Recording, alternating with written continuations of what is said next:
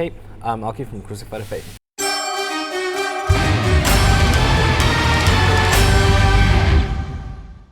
Oh, it's all good now. A lot of COVID time, so a lot of nothing to do. So it feels amazing and super great now that there's actually gigs happening.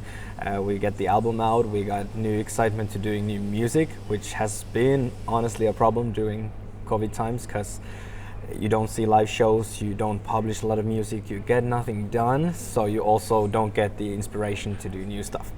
And now we can feel as a band that we definitely are starting to get the inspiration, and we have multiple songs already like ready for the end productions only, and we're planning the next studio trip already, so it's just better and better all the time. For some reason we lost all connection to doing the music. Like at the beginning we did stuff, but when the COVID went on and on and on, after maybe half a year or a year, we definitely noted that our the pace of doing music went down and down and down, and we started keeping it up, but it was hard to get the inspiration because none of us, for us I think it's a lot of seeing the live shows that always gives you the kick of, oh, that's so great, live music is the thing that keeps us going for now. CRUCIFY THE FAITH was actually formed way before I joined. I don't know how long ago, but like as a teenage band way back. I joined somewhere around my high school years to the band, and we started doing music, and we did a lot of shows in Helsinki, in a lot of things, heavy metal hard festivals and such back then. And then we realized as a band that we're not working as a group right now. So we did some remodeling to the band, changed a few of the members, and decided to delete all of the old stuff we did, which was basically the we're learning how to do music era of the band. Still decided to keep the name though, as we've been in the Helsinki scene for years at that point, but we kind of decided to do a rebranding of the whole band, take everything from the top, a new logo, new graphic design, a new group, new focus, new plan of what we're gonna do, when we're gonna do it, actual deadlines to doing it and everything like this. And now we have a way better pace than ever before, as you're supposed to when you're not a teenage band anymore. We made the decision to take all the old music out. Part of the reason, biggest reason, is definitely that it was what we did when we were more teenage years. It's not the CRUCIFY THE FAITH that we are doing nowadays. So we felt it's gonna be just confusing if our old and the first EPs and such are out, people listen to those first, and then our next stuff is totally different. So we felt we might lose some audience by keeping the old self-recorded, not so good quality stuff out there. And the second reason was that when the members changed, the guy who actually did those songs is no longer part of the band. So that was part of the reason that we felt like it's not so much CRUCIFY THE FAITH anymore, that we want to keep it out there. That was decided from the first moment when we started recording the first songs, that we want to go somewhere to a studio with a professional guy who does very good quality, very good sounding metal music. And we ended up working with Victor, because I worked with him before too, and worked with his band Premier. So it was the perfect choice for us. We worked very well together. Victor did some of the production stuff in there, like last minute productions. Hey, let's add this melody, let's try this. He really, at least for me as a singer, got a lot of emotion and power into the singing, which was perfect fit for me. So we're really happy working with him, and I think it all sounds perfect. After the first few recordings that we did with Victor, he also did the mastering. And then we tried a friend of ours from Miro Mastering to just do one of these old stuff we did with Victor and put a mastering on top. And he then found the extra punch we wanted, and then that was done. That was decided, this is the album. We, even when recorded the song, still tried a bit of new stuff, like let's try this from here, let's try the high scream, let's try the middle scream, let's put doubles in here. And yes, we disagreed sometimes. Victor said let's do this, I said let's do this. So we ended up recording them both, and then somehow decided which route we're gonna go to. But he had a very good effect on especially the vocal parts, because as a singer he also knows when I said I have a trouble here. And we had a big delay of recording last spring, because for the first time ever I got huge allergies. So I went to the studio, I could sing for 15 minutes, and then it was just and Victor, being a singer, he realized it, and we always cut it straight away, because no point of putting it until it's bloody and the sound is crappy and nothing worked. and he was super patient with that, as he could see that I just couldn't do it. Yeah, that's going to be tough for touring as well. Lots of, I hope I never get those allergies again. That was the first time. It was still the last time so far. So fingers crossed. Fingers crossed. We actually still have pretty much the same basis as we had back then. Our lead guitar player Jere is doing our songs pretty much himself. He usually just gives us a song that this is done from start to end. We listen to it, we comment on it, we might leave some parts out, take the best parts out of it, or we start working on it as a whole song. And first, when the first demo is made, all the guys pretty much usually except me get together and start working on the musical aspect already, and I work on the vocals and lyrics on it. Then I do a vocal demo on it with the lyrics, and then we get together as a group, start leaving stuff out, start changing this, start doing that. We might cut the song in half, take another half of some other song, and then we start working on it together. But it all starts from Jere doing the first basis of the songs. Sometimes I have themes or something in my head, or like a sentence that I know I want this in some song, but usually it goes, it's kind of hard to explain, but usually I just listen to the song and at some point I just hear a word, like this word comes here, like this scream here says this. And after I get that one word or one sentence or something out, then I start going to both ways from that, to the chorus, to the verses, to the breakdowns and everything, and start building the theme and the lyrics and such. And that's when I both, usually first I try to do a good demo that just sounds good. And then I start layering the lyrics and changing the words and building a story together more and more. So for the theme and the lyrics itself, it usually kind of builds itself more than is planned to build around the theme. It's not a coincidence, it's just how my brain works. It was not a planned thing, but we had definitely seen as a band that my lyrics definitely roll around the same themes, which is usually some kind of disasters, or all in all I'd say humanity and humanity's perceptions of the world, and usually how people and the world sucks a bit. and it just, I don't plan it, but I can always see at the end that, hey, again, I got the same theme in here. Sometimes it's about passion, sometimes it's about aggression, sometimes it's about lust, sometimes it's about helping fellow human beings, whatever, but it's always usually has something to do with people and like the insides of our head. I definitely am a sci-fi fan. On a musical aspect, from Born of Osiris, I'm a sci-fi fan. But I love sci-fi movies and all too. And is there like some lyrics you're gonna point out? Not specifically, but maybe there is.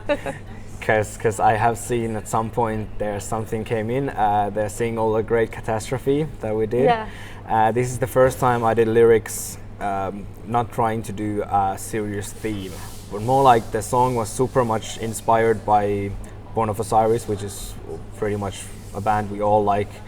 And I just told the guys that, hey, this is such a space theme, Born of Osiris song, that I'm just gonna do these astral beings, alien lyrics in there. And I just did it in like maybe 10 minutes, 15 minutes. I just put out astral beings and explosions and universes and all this. Then I looked at it, I was like, hey, this is kind of funny. I put it to the guys and they're like, yeah, that's so good.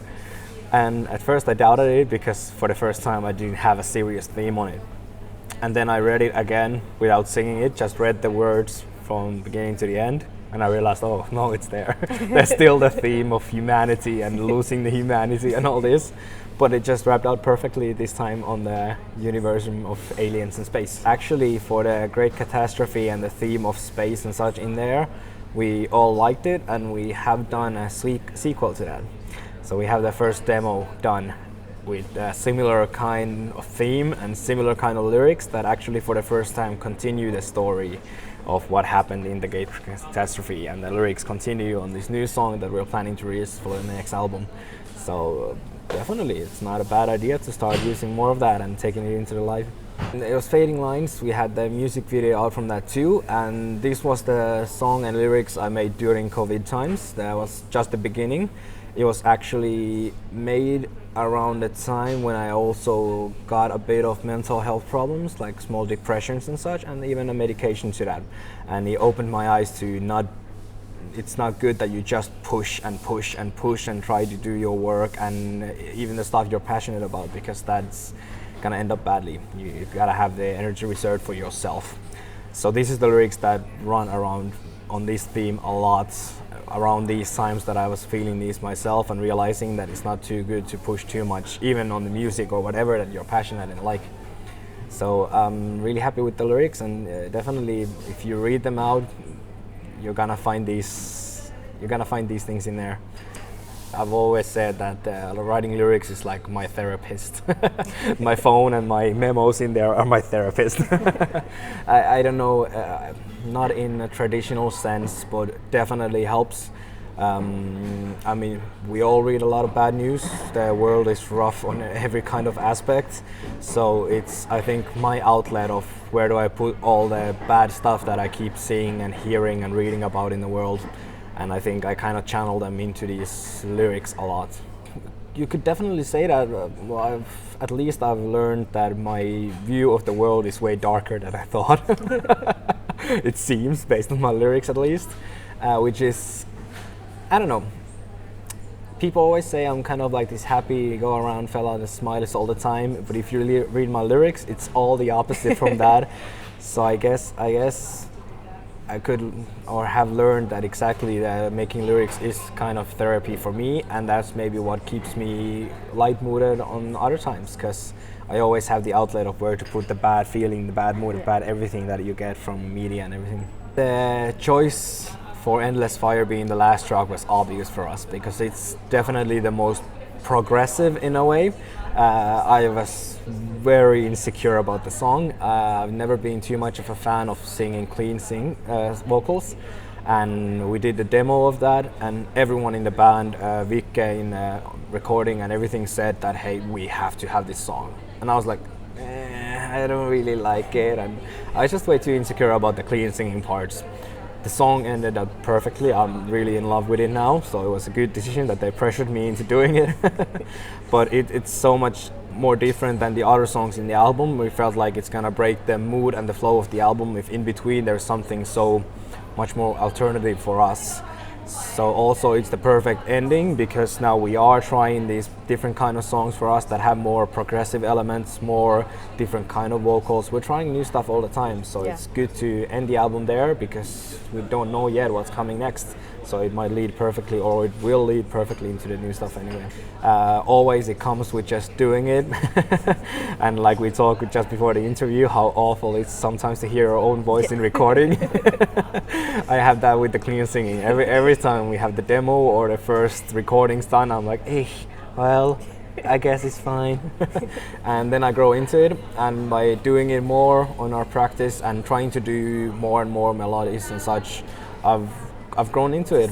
It's more nice than it's ever been before, and I feel more confident doing it all the time, and I can even myself hear it on the demos that we're doing now, that it's getting stronger, it's getting higher, it's getting louder, it's getting better. So that's definitely going to be something that we're going to be hearing probably more on the next album. I a lot learn things by myself. I've always gone steadily to Sara Strömmer for vocal lessons, because she's just amazing on controlling the voice. And then a lot of the times I don't have too much time to practice ever, so it's usually a quick hour here, a quick hour there, half an hour there. And either I intensively try to do new vocal stuff, new lyrics or something, or rehearse our old songs for a live show or something, or often I just put on the weirdest bands or sounds I've heard in the last 2 weeks and just start twisting my tongue around and trying to find all kinds of stuff. And it's definitely ended up with new sounds already. We have new demos with different kinds of singing for me, more even close to like the old type Samuel Banal Society kind of singing with the high-pitched screaming, which is definitely new for me, but we're gonna take that into effect too. And I don't know, I've just always been intrigued by learning new sounds, learning new stuff, and challenging myself to do those well, and definitely live, never from backing track. I would say all in all, there's a lot of vocalists I would like to be more influenced by to be able to do stuff like them, I would say that more into the genres. I've for years been the most into like extreme metal genres, grindcore, slam, all these kind of things. And these guys do crazy gutturals and throat tunnel noises and all kinds of weird stuff that is not supposed to come out of a human being. And of course I would love to be able to do those. I don't think we would ever implement those into Crucify the Faith songs, even though I have pushed in a few pig squeals in there too. No, for vocalists, if I'd have to say one or two, I would say like the vocalists from Cattle Decapitation and Slaughter to Prevail are maybe one that I look the highest right now, because they have a crazy range of the vocals, and especially their lows and the inhuman sounds they make. I'm intrigued. I'm definitely gonna learn more of those, trying to get some breakdowns with those.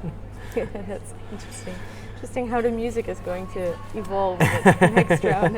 Yeah, there's already Clean, there's Lost Society, there's Cattle Decapitation. We'll just try to squish that in. Next step, power metal. Uh-oh. We actually just wanted to find an actual artist that does different kind of arts, and we found this French guy, and we scrolled through his artwork and emailed and texted with him, and we ended up working together. And then after COVID kind of like took its time, so the album release went longer and longer, we actually realized that we don't have enough single covers anymore. But we ended up in not releasing the album with just a few singles on it left, but we ended up deciding that we do the whole album as singles. So then just for the last few releases we needed to find single covers, and that's when Patrick from Atlas came in. We asked him to do same kind of theme, and he did it just super perfectly. We got the theme attached and all well, and we actually talked already with this same French guy, the artist from there, that we're gonna buy from him in the future too, our artworks for the singles and albums and maybe t-shirts, whatever. He has a very wide range of stuff he's doing, and we like his style. So right now on live shows we don't have a lot else planned than these live things next week for our album release shows. That's mostly due to whole year being booked.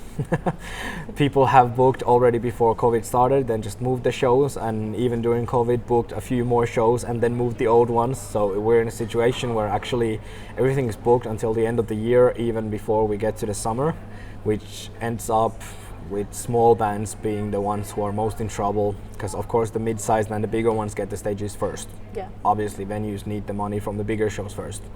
And well, we're hoping we might score some warm-up slots for the spring, for the fall now. But main goal right now is doing the new music, so we get something to release already very soon, because I'm sure the live gigs will follow when you put out music that people want to listen to. I've talked about this with a lot of people, and we talked about it with the band. Do we need to or want to release an album or singles?